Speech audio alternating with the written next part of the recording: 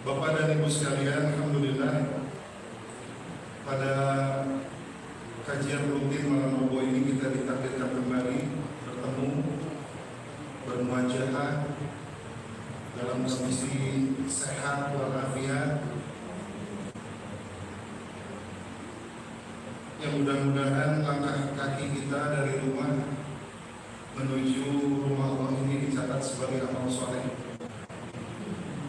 Harapan lebih jauh, mudah-mudahan dengan hadirnya kita di majelis ilmu ini, Allah ridho dan memberikan ampunannya atas dosa-dosa yang pernah kita lakukan. Amin ya rabbal alamin. Terlebih bahwa thalabul ilmi adalah keutamaan satu amal yang sesungguhnya akan menjadikan derajat kemuliaan seseorang jika di dalam melangkahkan kakinya dan niat dari rumah itu semata-mata hanya ingin mendapatkan ridho Allah, tidak ada yang lain. Terlebih spesial kita sedang berada di bulan Zulhijjah, lebih tepatnya di tanggal 2 Zulhijjah. Kita tahu bulan Zulhijjah ini adalah satu di antara 4 bulan yang diagungkan oleh Allah Subhanahu wa Ta'ala, sebagaimana yang diinformasikan kepada kita dalam Quran Surat At-Taubah ayat 36. Ayat apa? Ayat apa? Pak, ayat apa? Langsung di teksnya macamnya. Ibu damang saya. Alhamdulillah. Saya pulang kiri, mudah-mudahan merasa sehat apiannya. Bulan Zulhijjah ini nanti dibaca saja di rumah. Di antara 4 bulan haram, 4 bulan yang dimuliakan oleh Allah Subhanahu wa Ta'ala. Diperkuat oleh hadis Nabi, di antaranya diriwayatkan oleh Imam Bukhari dan Muslim. Rasulullah kabarkan bahwa diciptakannya dalam 1 tahun ini 12 bulan atas kehendak Allah. Kemudian Allah pilih 4 bulan yang Allah muliakan, yang Allah agungkan. Jadi penetapan 4 bulan haram, 4 bulan yang dimuliakan ini semuanya sejak penciptaan langit dan bumi, dikabarkan oleh Rasulullah Sallallahu Alaihi Wasallam. 3 diantaranya bulan yang berturut-turut. Apa Bu? Ada yang tahu? Zulqa'dah, Zulhijjah, Muharram, Rajab. Ulangi. Zulqa'dah, Zulhijjah, Muharram, Rajab. 3 bulan ini berturut-turut kecuali bulan Rajab. Nah, 4 bulan ini Allah informasikan langsung kepada kita dan diperkuat oleh hadis Nabi bahwa jangan pernah sekali-kali di 4 bulan yang Allah agungkan, yang Allah muliakan ini kita coba-coba melakukan maksiat atau melakukan dosa atau melakukan perbuatan zalim. Ya, sebab para ulama telah memberikan informasi kepada kita, diantaranya Al-Imam Ibnu Rajab rahimahullah ta'ala, bahwa segala sesuatu yang bernilai dosa yang dikerjakan di bulan haram ini maka sangat keras siksanya, amat besar dosanya. Menurut resep gibah wayahnya ada di Pirangan atau di Pamit Desa. Ya, ada yang gibah saya ente, gibah saya ente. Entah pujian-pujian bulan haram di luar bulan haram, oke dorakan. Ya. Nah, namun lamun jelema melakukan gibah, fitnah, namimah, dan berbagai macam kezaliman lainnya di bulan haram ini, di antaranya bulan Zulhijjah, maka dosanya akan berlipat-lipat menjadi dosa yang besar dan siksanya pun lebih besar dibandingkan dosa-dosa yang dilakukan di luar bulan haram. Jelas? Nah, bapak mereka wadul ke ibu kadek kadang ngemut heula ya namanya. Badai ngabohongan si ibu ngemut heula ya bulan haram kewe terus hebat lah. Muharram biasa, sasimpanya Muharram biasa. Ya. Jadi sebaiknya kita menahan diri kita, jangan sampai terjebak untuk melakukan segala macam dosa di bulan yang Allah muliakan. Sebaliknya, kata Imam Ibnu Rajab rahimahullah taala, bahwa segala sesuatu yang bernilai kebaikan dan amal soleh yang dikerjakan di bulan haram, di antaranya bulan Zulhijjah ini, maka kebaikannya pun berlipat di pada milih mana? Kebaikan atau keburukan? Pada ghibah atau pada cicing?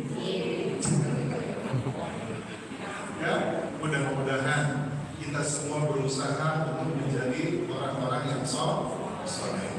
Yang kedua, dan dalam perjalanan hidupnya, sesoleh-soleh najami pemilih di lingkungan ukiran soleh, kadang-kadang orang teh kabawa mager. Ya, tapi mudah-mudahan ahli ngawas, khususnya bapak-bapak ibu-ibu, selalu rajin mengikuti kajian ilmu ini, dikokohkan keimanannya oleh Allah Subhanahu wa Ta'ala. Atas bahasa bulan haram, saya ingin membahas tentang karena waktunya sangat terbatas. Kita bahas tentang kaitan dengan bulan Zulhijjah ini. Namun karena memang tanggung jawab saya menjelaskan perkara fikihnya, saya coba menyampaikan fikih sekitar Idul Adha, khususnya ibadah kurban secara praktis, mungkin secara tidak terlalu panjang lebar ya, tapi mudah-mudahan bisa dipahami oleh Bapak dan Ibu sekalian. Kalau sudut pandang fikih berarti kita berbicara tentang hukum. Emot simpuri 400 kadugikeun naon hartosna fikih teh secara bahasa. Fikih itu artinya al-fahmu. Apa artinya? Faham. Ya. Namun secara istilah fikih itu adalah ilmu ya, yang membahas tentang hukum-hukum syariat dan amal perbuatan yang diambil dari dalil-dalil terperinci, yaitu Al-Quran dan Sunnah. Jadi ilmu-ilmu tentang hukum syariat ya, dan amal perbuatan yang diambil dari dalil-dalil yang sangat rinci, baik dari Al-Quran dan Sunnah. Itu pengertian fikih secara istilah. Ibu dan Bapak yang dimuliakan Allah Subhanahu wa Ta'ala, ketika kita membahas kurban, maka satu ibadah ini tidak terlepas dari historis ya, dari perjuangan Nabi Ibrahim alaihi salam. Jadi lamun berbicara kurban teh urang teh jauh tengah emot dan kisah Nabi Ibrahim secara historisnya begitu. Walaupun sesungguhnya kurban itu, ibadah kurban itu sudah ada turun sebelum ya, yakni bahkan pada penciptaan Nabi yang pertama, manusia yang pertama yaitu Nabi Adam alaihissalam. Jadi perintah kurban itu sesungguhnya sudah ada perintahnya dari Allah ya, kepada kedua putra Nabi Adam alaihissalam, dan itu diabadikan di dalam Al-Quran ya. Jadi sebenarnya satu ibadah ini yang sudah ada. Jadi kurban itu yang ujung-ujung di zaman Nabi Ibrahim, tapi sesungguhnya sudah ada ya sejak zaman Nabi Adam alaihissalam, berkaitan dengan perintah Allah kepada kedua anaknya yang bernama Upin-Ipin, Habil dan Habil ya, untuk berkurban sebagai satu sarana taqarruban ilallah, mendekatkan diri kepada Allah. Nanti ibu bisa baca ayatnya dalam Quran surat Al-Maidah ayat ke-27. Ketika keduanya mempersembahkan korban itu korban itu. Korban bahasa Indonesia, bahasa Arab yang sudah di Indonesia kan tino korban menjadi korban. Tapi lamun didefinisikan dua istilah ini sangat jauh berbeda. Korban mah nilainya positif, korban mah biasanya mengandung nilai negatif. Korban perasaan coba naon gitu. Kuno ibu ngabatin ke bapak. Korban perasaan boleh lah kampusnya. Korban perasaan. Korban banjir. Korban kecelakaan. Korban penipuan. Korban bully dan lain sebagainya. Nah, definisinya berbeda. Kalau korban mah dan kurban, bahasa Arab itu kurban. Ya. Kita bahas dulu lah secara bahasa. Kurban itu berasal dari kata korroba yukorribu kurbanan, ya. Yang artinya mendekat. Ya. Mendekat kepada siapa? Mendekat kepada Allah Subhanahu wa ta'ala melalui seluruh ibadah dan amal soleh yang diperintahkan oleh Allah, begitu. Nah, istilah kurban memiliki sebutan yang lain. Hari kurban kurang populer. Kalau dalam kitab-kitab fikih itu disebutnya udhiyah. Udhiyah pakai do, udhiyah. Ya, kalau di kitab-kitab fikih yang lebih populer istilahnya bukan kurban tapi udhiyah. Ya. Ada juga istilah kurban itu disebut dalam Al-Quran surat Al-Kautsar An-Nahr, pakai A, alif. Apa bu? An-Nahr. Inna a'tayna kal kautsar fasalli li rabbika wanhar. An-Nahr itu di dalam Al-Quran. Ada lagi istilah kurban itu disebut dengan hadyu, pakai ha, hadyu, hadiah. Nah, ini kaitan dengan penyembelihan bagi orang-orang yang sedang melaksanakan ibadah haji, baik haji tamatu kita Indonesia itu ataupun haji qiron. Ya.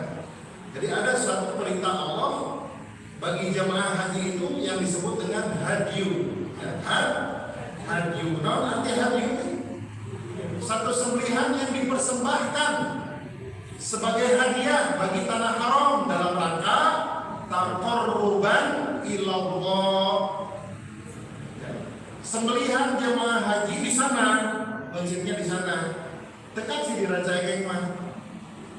Kasih di Raja Ekeng. So jemaah haji itu angkewe senang mengkuih kamar mata masjid kasih enggak? Enggak. Dan teman satu syarat ya di antara yang harus dilakukan bagi jemaah haji.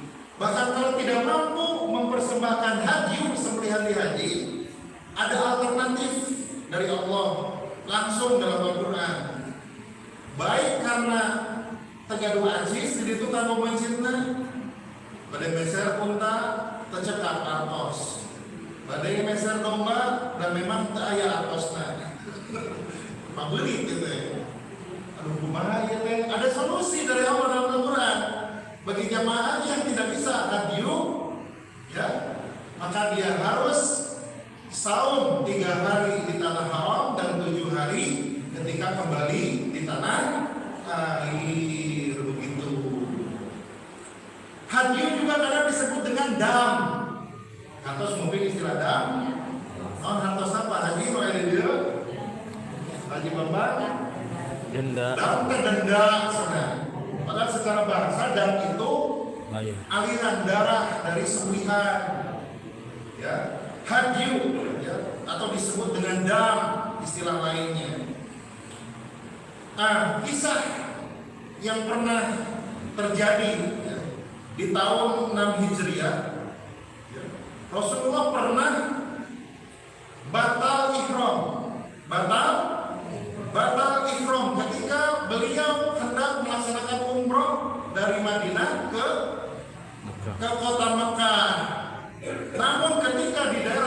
Hudaybiyah, Rasulullah dicegat kan orang-orang Quraisy.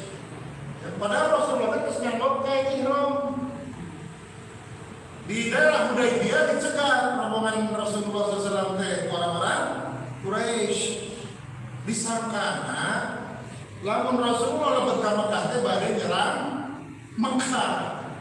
Oh, jadi salah sangka ya orang Quraisy teh nyegat Nabi di daerah Hudaybiyah, padahal Nabi teh di rombongan niatna mau umroh. Dicegat, akhirnya batal untuk melaksanakan ihram. Ya. Nah, sebagai penggantinya maka Rasulullah Shallallahu Alaihi Wasallam apa? Melaksanakan hadyu, mencir sebagai pengganti batal ihram. Namun kita ada halangan, Bu, ya badai umroh. Ternyata kita tidak bisa memasuki daerah Mekah karena suatu hal, ya, dan tidak memungkinkan kita masuk. Kan kita sudah berniat nih, tapi batal ihram urang teh. Nah, sebagai penggantinya maka diwajibkan untuk hadyu, yaitu menyembelih sembelihan yang diperuntukkan untuk siapa?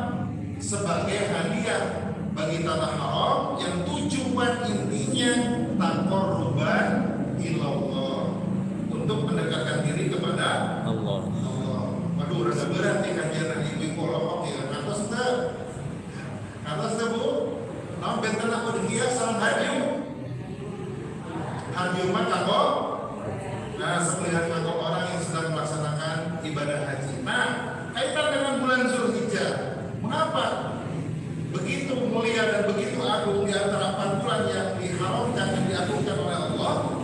Di antaranya ada ibadah-ibadah yang khusus hanya dilakukan di bulan Zulhijjah, terkaci dilakukan di luar bulan Zulhijjah. Nah, contohnya ibadah haji. Alhamdulillah di beberapa ibadah haji Syawal kemarin. Oh gitu, cerita awam teh. Alhamdulillah, aya ibadah haji Syawal. Aya ibadah haji Rajab. Teu aya. Pami ieu yang ngobrol begitu teh berarti mahiwal. Ya. Karena ibadah haji ini khusus dilakukan di bulan Zulhijjah, tidak di bulan lain. Terkaci. Nama bahasa Indonesia terkaci itu. Nama Pak Bebe? Tidak sah. Tidak sah. Peserta pemilihan RW Pak Bebe, suara kalau tidak sah. Tidak sah berarti tidak diterima. Ya. Satu ibadah. Yang kedua apa? Ada yang bisa bantu jawab ibadah yang khusus di bulan Zulhijjah ini? Kurban menyembelih. Saum Arafah. Saum sunnah Arafah tanggal 9 Zulhijjah. Ayeuna tos kaping 2 Zulhijjah. Insyaallah urang boboran teh kaping 27 Mei. 2 genep berarti. Hari Rabu terus diumumkan Menteri Agama oke. Tentang dia oke. Atau sidang isbat. Ada juga videonya sudah ya. Jadi hasil isbat Kementerian Agama sudah mengumumkan 1 Zulhijjah jatuh pada hari Senin kemarin, dan hari raya Idul Adha bertepatan dengan hari Rabu tanggal 27 Mei 2020. Nah, tos ayam harusnya kayak bumi yang tanggal sabaran apa aslinya? Karena bisa batur, ya. Jadi sudah jelas itu. Ya. Nah, saum Arafah sehari tanggal 9 Zulhijjah kita disunahkan oleh Rasulullah SAW untuk melaksanakan saum sunnah Arafah 1 hari tanggal 9 Zulhijjah. Nah, pahalanya saum Nabi dihapuskan dosa-dosa setahun yang telah lalu dan dosa-dosa setahun yang akan datang. Tuh, kapitan kita Kang Agus sehari ya, ku Allah dipaparin kebijaksanaan dihapus dosa setahun yang lalu, setahun yang akan datang, berarti sabar tahun. Ya, ayo kurang-kurang mudah-mudahan sing sarehan niatkeun tapi isapan Zulhijjah kurang saum sunnah sasarangan insya Allah kepayangan cenah bade nyayugikeun iftarna dia mungkin. Amin. Amin. Iya, amin. Ya, kurang iftar sasarangan. Nah, ya. itu resepnya. Resep juga nih. Tapi lu ibadah khusus di bulan Zulhijjah naon Ibu? Ya tadi Menyembelih. kurban. Ya. Wadduha udhiyatan sembelihan kata para ulama yang dilakukan di waktu duha Idul Adha. Berarti sembelihan itu dilakukan di waktu duha setelah sholat Id. Nanti kita bahas lagi ya lebih dalam. Nah, Bapak dan Ibu yang dimuliakan oleh Allah Subhanahu wa taala, jadi jelas secara bahasa kurban itu berarti dekat, mendekatkan diri kita kepada Allah Subhanahu wa taala melalui ibadah menyembelih kambing, sapi atau unta. Kami ayah dengan cacing unta. Kamu terkaji hayam sareng entong. Makanya wah, yang penting mah lillahi taala. Cenah aya entong. Abdi kurban ku entong ya Allah. Tah, agama apa tekane ieu teh ngatur. Sama mau diparentakeun oge. Kambing, sapi, kerbau sejenis sapi, domba sejenis kambing, onta, ya, onta. Itu yang boleh disembelih. Makanya kurban itu satu ibadah khusus yang memiliki persyaratan khusus. Ya, tidak asal sembelih. Karena sembelihan ini sebagai taqarruban ilallah yang telah ditetapkan jenis hewannya, umur hewan sembelihannya, kriteria hewan sembelihannya, ya. Dan tidak sembarangan waktunya, waktu penyembelihan yang dianggap ibadah diterima oleh Allah itu hanya sembelihan yang dilakukan setelah sholat Id dan kata Nabi hari-hari tasyrik 10, 11, 12, 13 sebelum matahari terbenam. Jadi ulah aneh, lamun aya nu mencit boboran kadua salah. Boboran katilu sah. Lamun boboran katiluna pada maghrib sah. Kan boboran tanggal 10 Zulhijjah, hari tasriknya 3 hari, 11, 12, 13. Maksud saya di hari tasrik yang ke-13 ini mencitna ba'da maghrib santai. Ante kapan tadi? Sebelum matahari terbenam, artinya minimal maksimal di waktu asar. Belum pernahnya mungkin mencit Belum. hari tasrik orang cobian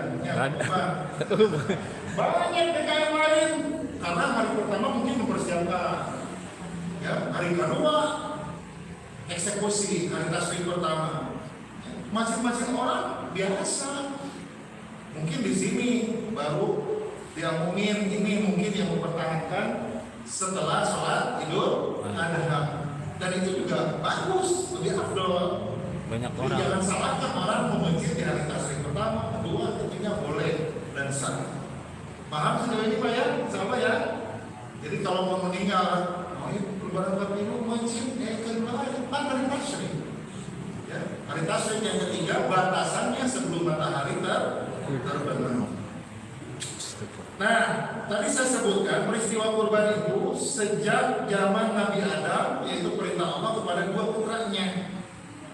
Ketika Habil dan Qabil diperintahkan oleh Allah untuk berkurban sebagai pembuktian keimanan dan ketakwaan kepada Allah. Mana ikhlas di antara keduanya? Allah ceritakan dalam Quran surat Al-Maidah 27, "Idz qarraba qurbanan fatuqbila min ahadihima wa lam yutaqabbal minal akhar."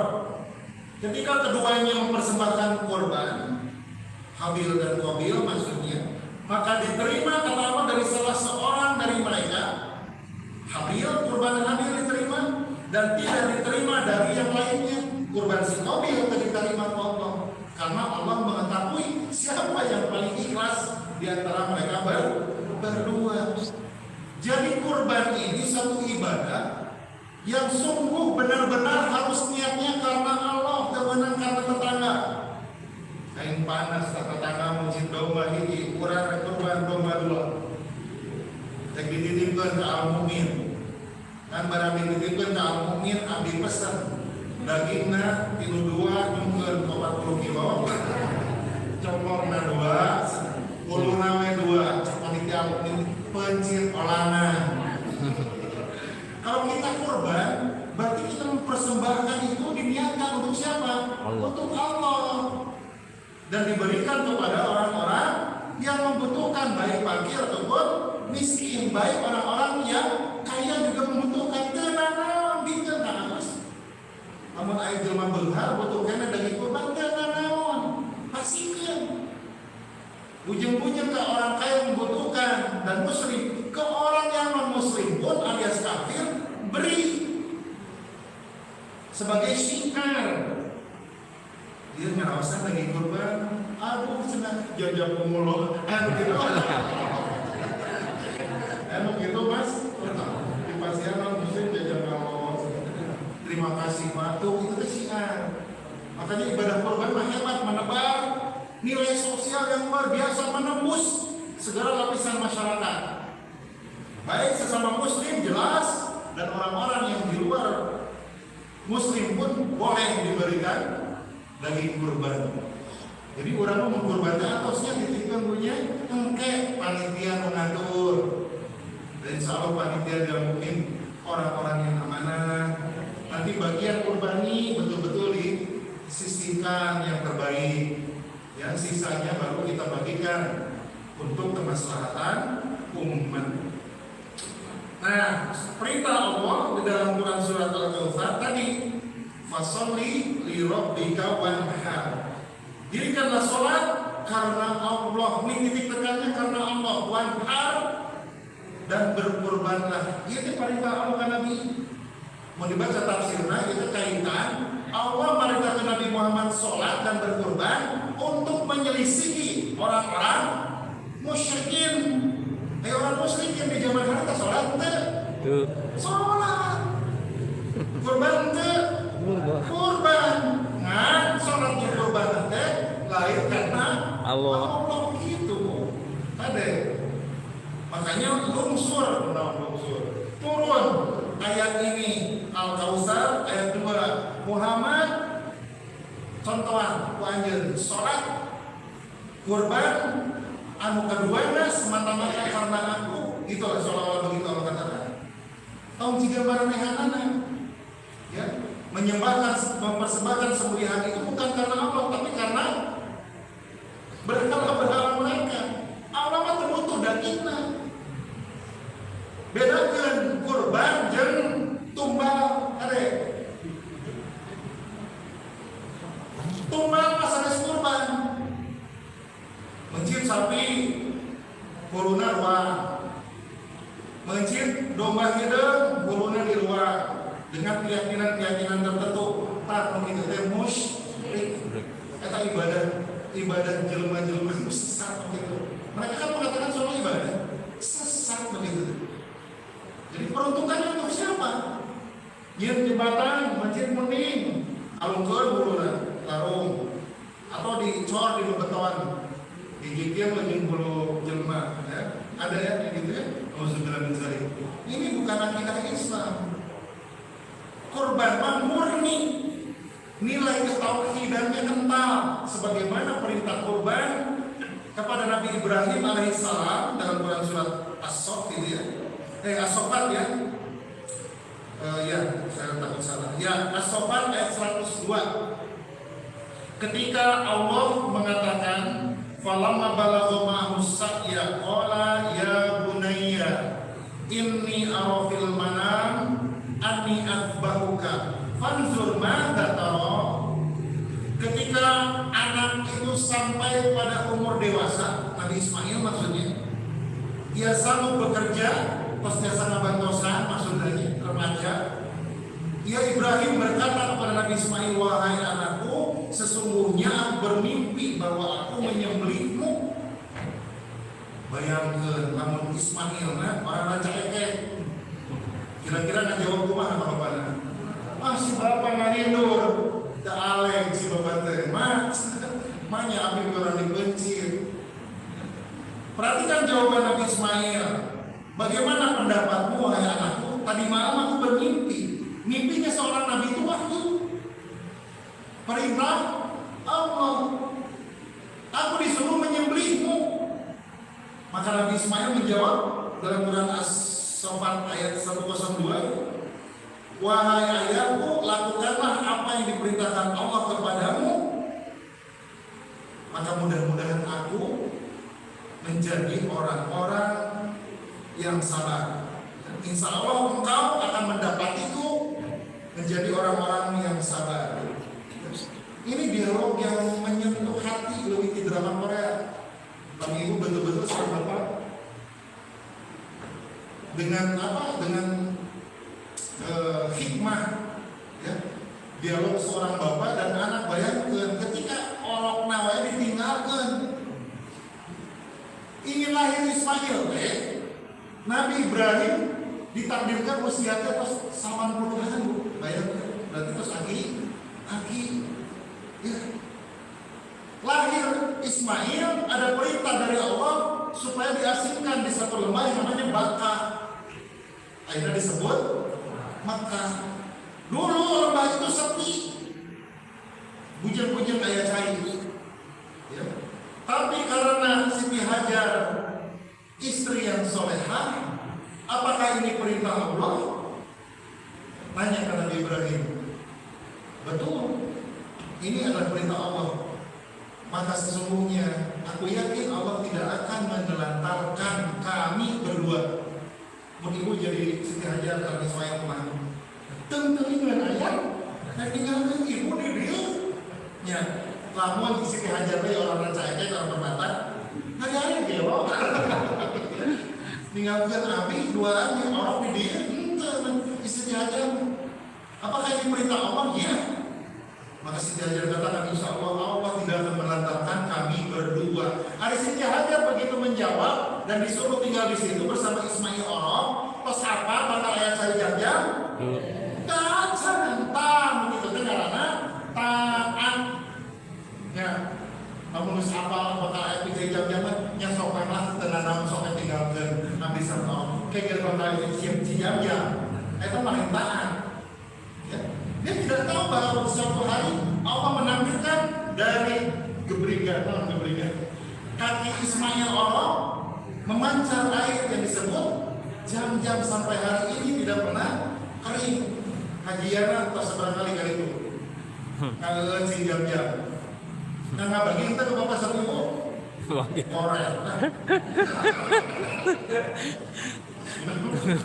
lagunya kita tembak kita langsung kan dia. Nah itu akidah, tauhid, itu ngebahas fikih tapi nilai tauhidnya nggak bisa lepas. Siti Hajar tak apa ditinggalkan di lembah sunyi, bakal ayat saya internet tak apa, tapi iman dan perintah Allah samina wa ta'ala gitu. Ya, dialog seorang bapak yang bapak ngimpen mengintari orang mencit, ya. Dan hebat Nabi Ismail mah. Ya satu karena memang bapaknya orang soleh juga. Ayahku laksanakan saja. Pak, segala-galanya mau ngadahan anak mau ngadahan kesalahan. Tapi Nabi Ismail alaihissalam yakin, hakul yakin bahwa ini adalah wahyu yang datang dari Allah untuk ayatnya. Hari Nabi Ismail apa puncan bakal diganti ku domba kibas. Tuh. Itu sami tadi sedikit aja. Cara apa bakal ayam cai jam-jam di kantong tente. Pun Ismail ketika diperintahkan oleh Allah ayahnya Nabi Ibrahim untuk menyembelihnya, bakal apa ntar Allah bakal diganti ku kibas. Kibas di domba lain organisasi domba besar.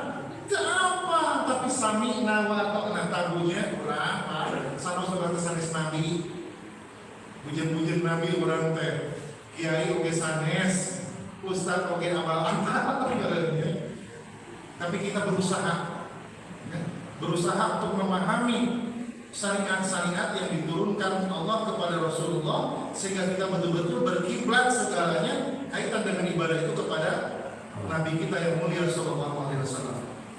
Nah, Ismail tidak tahu bahwa akhirnya Allah ganti dia dengan seekor gibas. Terjadi. Tapi kabayang sama bapak tamun diuji gitu. Dayana mah kurang bujung-bujung. Pakar ente dari mereka tahu orang mencit budak orang. Kan? Namun kira-kira ya, panjang bapak termimpi di orang mencit budak bapak kira-kira kemana? Wah. Budak bongkar mah. Tidak ada ya, dan tidak akan terjadi. Nah makanya syariat kurban ini akhirnya diteruskan sampai kepada kita, di mana Rasulullah SAW sebagai panutan kita, Nabi terakhir yang mulia SAW mencontohkan kepada kita bahwa Rasulullah senantiasa melaksanakan kurban tiap tahun. Ulah tiap tahun ngumpul ganti mobil deh. Kurban atau tahun lalu insya Allah boleh gitu. Nggak boleh kalau ada rezeki kurban. Ya setiap tahun niatnya karena Allah. Ada yang panas tuh tetangganya. Si itu mencit sapi, baik orang mencit kontak pesan ke Arab. Nggak boleh, karena tidak akan diterima. Allah tidak akan menerima darahnya ya, di dalam Quran itu tidak akan menerima dagingnya, tidak akan sampai yang darah daging itu tidak akan membuat ridho Allah kecuali apa takwanya. La yanallaha luhumuha wala dima'uha walakin yanaluhu taqwa minkum. Tidak akan sampai darah daging yang kita korbankan itu mencapai keridhoan Allah, tidak sampai kecuali lu sampaikan naon sama Allah nilai takwa orang taat patuh hanya berharap ridho Allah. Ibu-ibu korban saya kan? Alhamdulillah bapak-bapak korban perasaan Ustaz. Mudah-mudahannya ibu-ibu dan bapak-bapak yang sudah mendaftar korban di sini sing janten amal soleh. Amin. Dan kesolehan itu akan terus berlanjut kepada anak, cucu, turunan-turunan bapak dan ibu semua. Nah sekarang apa hukum kurban? Hukum kurban itu para ulama sepakat hukumnya sunnah muakkadah. Dikerjakan dapat pahala, tidak dikerjakan tidak mengapa. Namun ada muakkadah yang sangat dianjurkan. Namun usul kurban dia galuh rezeki kade ulah hare-hare batur mangura gero urang iru milani sapi domba ieu mah urang iru milani arang sareng tusukan nunungguan da bagian daging kurban kayak saya persiapan batur mangura gero teh milani hewan kurban kade ya galuh rezeki kade. Jangan sampai Anda termasuk orang yang diancam Nabi. Man kana lahu sa'atan, barang siapa yang sudah sampai kepadanya satu kesempatan kelapangan rezeki untuk berkurban falam yudoki, tetapi tidak bermau berkurban dengan sengaja, fala yaqraban musholana, tong deket-deket ka mushola kami cek Nabi. Kade urang bisi teu diaku umat Nabi. Mugaru ansis kadenya ibu bapak dan mugaru ansisnya bapak enak ku ibu bapak kita daripada disimpan-simpan meningkat kurban. Ya, insya Allah tapi bapak dan ibu mah di sini orang-orang soleh semua. Amin. Jadi hukum kurban itu sunnah muakkadah. Berdasarkan apa? Ya firman Allah Quran surat Al-Hajj 36. Itu landasannya. Kemudian dalam sabda Rasulullah Shallallahu Alaihi Wasallam dalam Bukhari Muslim dari Anas bin Malik bahwa Nabi SAW biasanya berkurban 2 ekor kambing kibas bertanduk. Beliau menyebut nama Allah dan bertakbir dalam mencintah itu. Bismillahirrahmanirrahim Allah Akbar. Ada yang mencit lah sampai pohon kan. Pohon Bismillah siapa pohon dia tersah kurban. Makanya orang-orang yang di sebelah mencitnya harusnya mengingatkan. Cicinglah darah. Nyaho orang yang gemai kamu. Penting orang mengingatkan kebaikan. Dan beliau meletakkan kaki beliau di atas dahi binatang itu. Dalam satu lafaz yang lain, hadis yang lain, beliau menyembelihnya dengan tangannya sendiri. Tahu sunnah nyembelih teh salah satu sorangan. Kumagi bapak sareng ibu mah sieun mencit sorangan dipercayakeun ka panitia masih boleh. Boleh, kita disebutnya panitia di bahasa fikih muamalah itu disebutnya wakalah. Ibu teh mewakilkan kepada pengurus masjid. Berikan orang mah mencit sorangan teu bisa, aku urang teh serahkeun ka wakil urang eta disebut wakalah atau panitia. Nah, di dalam hadis riwayat Muslim dari Ummu Salamah, ini kenapa disebut hukum kurban itu sunnah muakkad? Ini tidak fix, tidak ada perdebatan ya. Jadi sunnah yang sangat dianjurkan, dan kita wajib. Ya, saya lebih berpegang kepada pendapat jumhur dalam hal ini. Ya. Cuma tadi kalau kita punya kelapangan, jangan sampai di bulan Dzulhijjah ini hare-hare, gitu ya. Nah, dari Ummu Salamah, sesungguhnya Nabi SAW bersabda, jika kalian melihat hilal awal bulan Dzulhijjah dan di antara kalian ada yang hendak menyembelih kurban, maka hendaklah menahan untuk tidak memotong rambut dan kukunya. Dia kaitan dengan adab. Kami ibu sareng bapak tos daftar kurban, ayeuna tos kaping 2 kare di kamari, teu kami motong rambut, teu kami motong kuku. Tapi ini anjuran yang sifatnya makruh, bukan haram, dan tidak ada kaitan sah dan tidaknya kurban kita urusia pokok di sore motong kuku makanya nanti kita niat kurban sah tetap. Nggak lebay itu juga lah, saya jadi bantal kurban karena dicopot deh ngakal. Jadi ulama kuno ayat hadis Nabi tidak boleh memotong kuku, mencukur dan memotong bulu-bulu yang lainnya. Mau yang bertahan-tahan. Kayak beres 10 Dzulhijjah beres mencit temek. Mau ada cukur-cukur, mau ada potong kuku. Tapi itu sinten paham. Lebih kepada apa? Nilai afdoliyahnya. Walaupun kalau kita lupa, terhajat, lain dihajatkan ini potong kuku. Ya, tidak mengapa. Kurban kita tetap sah. Paham ya? Jadi kalau ada yang saya sah, saya potong kuku kurban itu sah, tidak ada kaitannya. Nah, Bapak dan Ibu sekalian yang berkat Allah Subhanahu wa Ta'ala, ada yang berpendapat kurban itu cukup setahun sekali. Salah. Ya. Bahwa kurban itu sebagaimana Rasulullah SAW mencontohkan, kalau kita berkemampuan tiap tahun, lakukan tiap tahun. Ya. Jangan sampai kita ini karena sudah kurban tahun kemarin, tahun payun, gaduh rezeki terkurban ada atau tahun kemarin ini cekak pulangnya sunnah nama tiap tahun kalau kita punya keluasan rezeki. Nah, kapan waktu pelaksanaan kurban? Tadi syarat ya. Waktu pelaksanaan kurban itu tanggal 10 Dzulhijjah, ya, 11, 12 dan 13 hari tasyrik. Sesuai dengan sabda Rasulullah SAW dalam hadis riwayat Muslim dari Jundab ibnu Sufyan radhiyallahu anhu, ia berkata, aku mengalami hari raya Adha bersama Rasulullah. Setelah beliau selesai sholat bersama orang-orang, beliau melihat seekor kambing telah disembelih. Tuh, kejadian dia zaman Nabi. Can sholat id tapi saya mencit. Beliau bersabda, barang siapa menyembelih sebelum sholat, hendaklah ia menyembelih kembali seekor kambing lagi sebagai gantinya. Dan barang siapa belum menyembelih, hendaklah ia menyembelih dengan nama Allah. Ini kasus terjadi di zaman Nabi. Begitu Nabi mau sholat id, ayat terus nyembelih ke mana metode? Berarti sembelihan biasa, tidak termasuk ibadah kurban.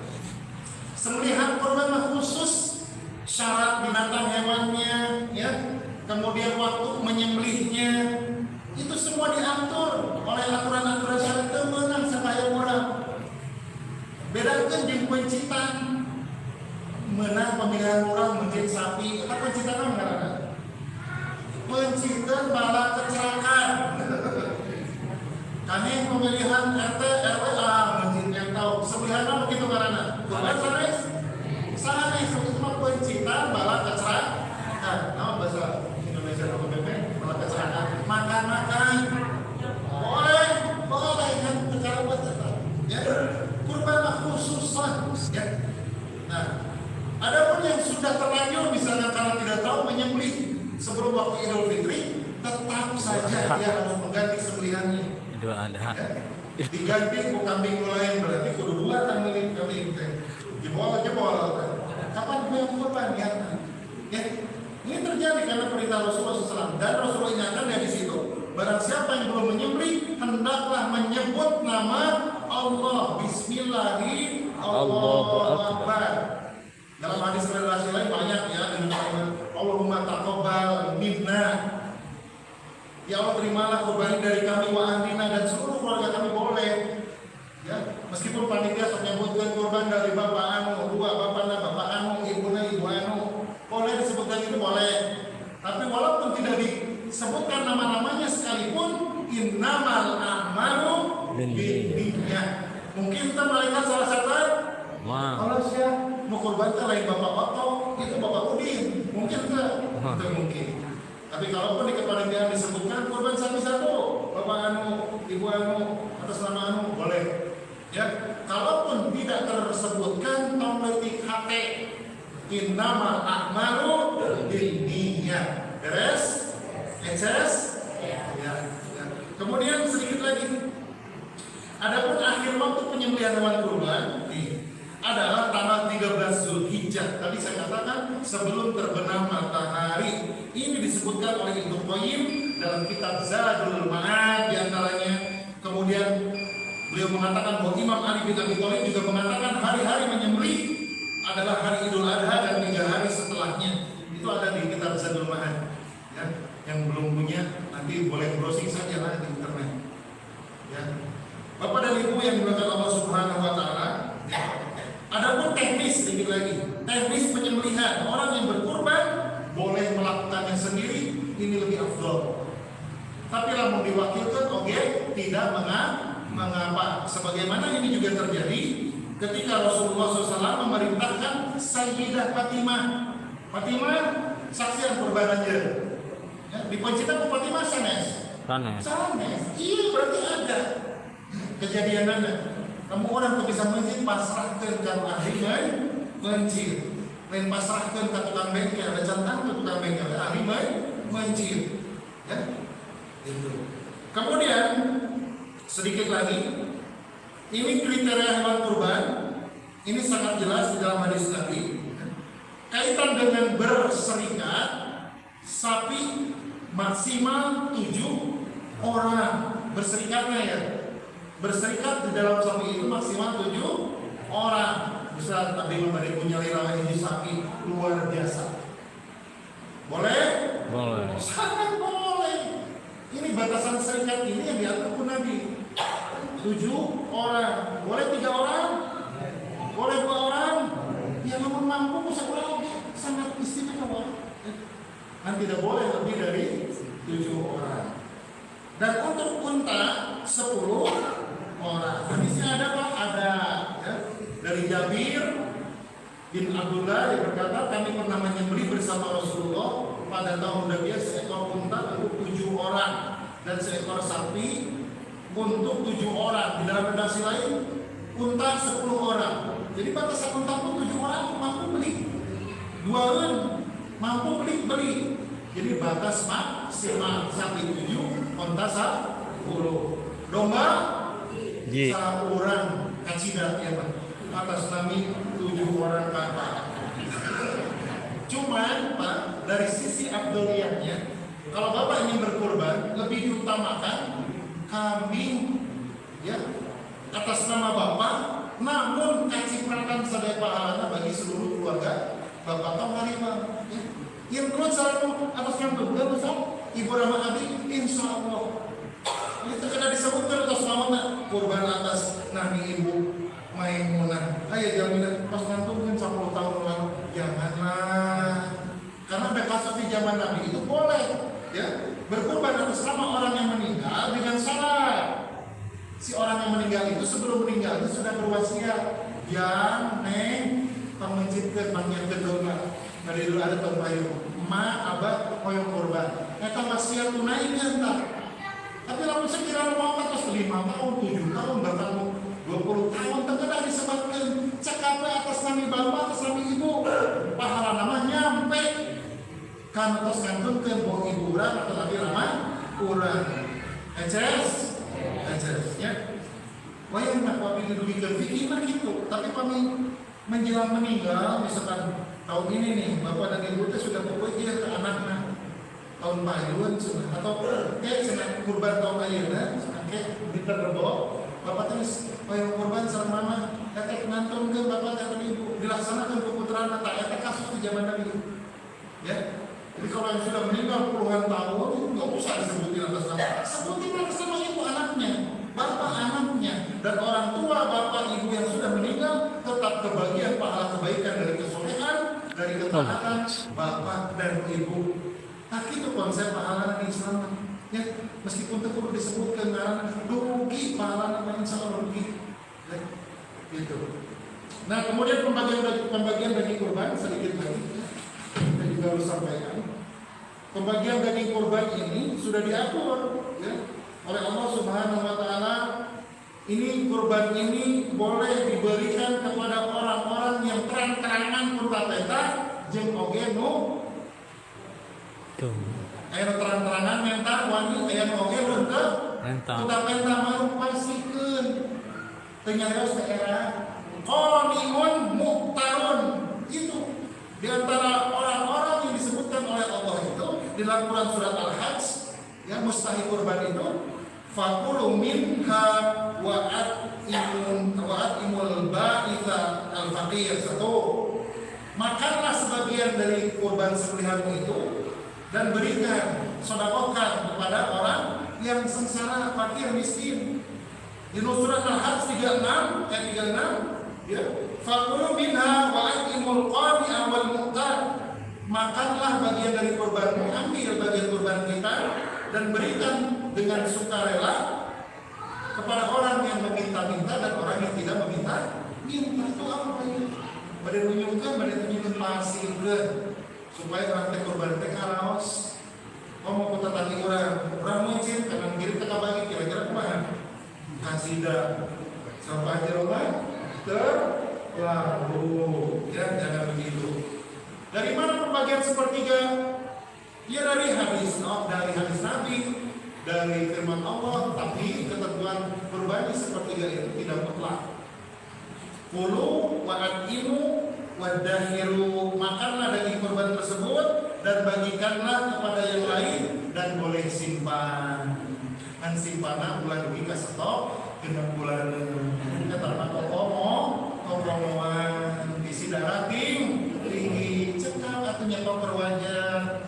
Kenyata kamu minggu payung ke bagi-bagi 3 susu boleh? Boleh ya, boleh nyetok makan, kan udah hadis lagi di lumpir malam makan, ambillah bagian kita, simpan, sedekahkan begitu ya.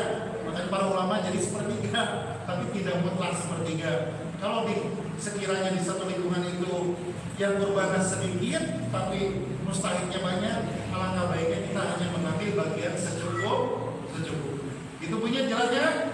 Korban sapi, mintalah bagian sapi. Anu korban domba, ulah minta bagian sapi. Tetapi kenyona, kapan Rasul itu hadisnya ketika memerintahkan Ali untuk mengurus korban Nabi? Kami minta bagian kami kata Nabi untuk dimasak. Bagian mana?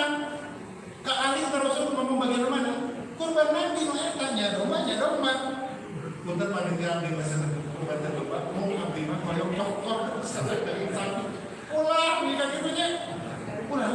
Kamu lagi kurban. Ikhlas. Hasil itu bagian buntut, alhamdulillah. Tapi asal kira kok panitia kita menyisikan daging terbaik itu. Insya Allah dia meminumnya. Pakai yang komplain bayar. Kurang begitu ya panitia. Tapi insya Allah dari tahun ke tahun mudah-mudahan kepanitiaannya semakin baik. Insya Allah. Sakitunya itu tidak panjangnya terus ada kan? Pantesan yang menyimpan bata di luar. Apa tadi Bapak Ibu? Ini judulnya pikirin kan kalau tadi mah ini mungkin membutuhkan 1,5 jam ya. Tapi mudah-mudahan kata viral dunia. Mudah-mudahan Bapak dan Ibu sekalian yang bisa ditampilkan berkorban tahun ini sing ditampil kurban ke Allah Subhanahu wa taala. Sing digentos rezekina anu langkung. sing di beresan kok apapun tangguh-tangguran sadayana. Mari kita. Ya pasti semua orang punya hutang. Ayah kita jamin itu bukan hutang. Kayak minimal hutang Bu di mana Mas Budi? Saya itu punya pertanyaan saya. Bapak, ayah? Kayak? Cekap? Kita tutup dengan kafaratul majlis. Subhanallahumma wa bihamdika asyhadu an la ilaha illa anta astaghfiruka wa atubu ilaik. Assalamualaikum warahmatullahi wabarakatuh.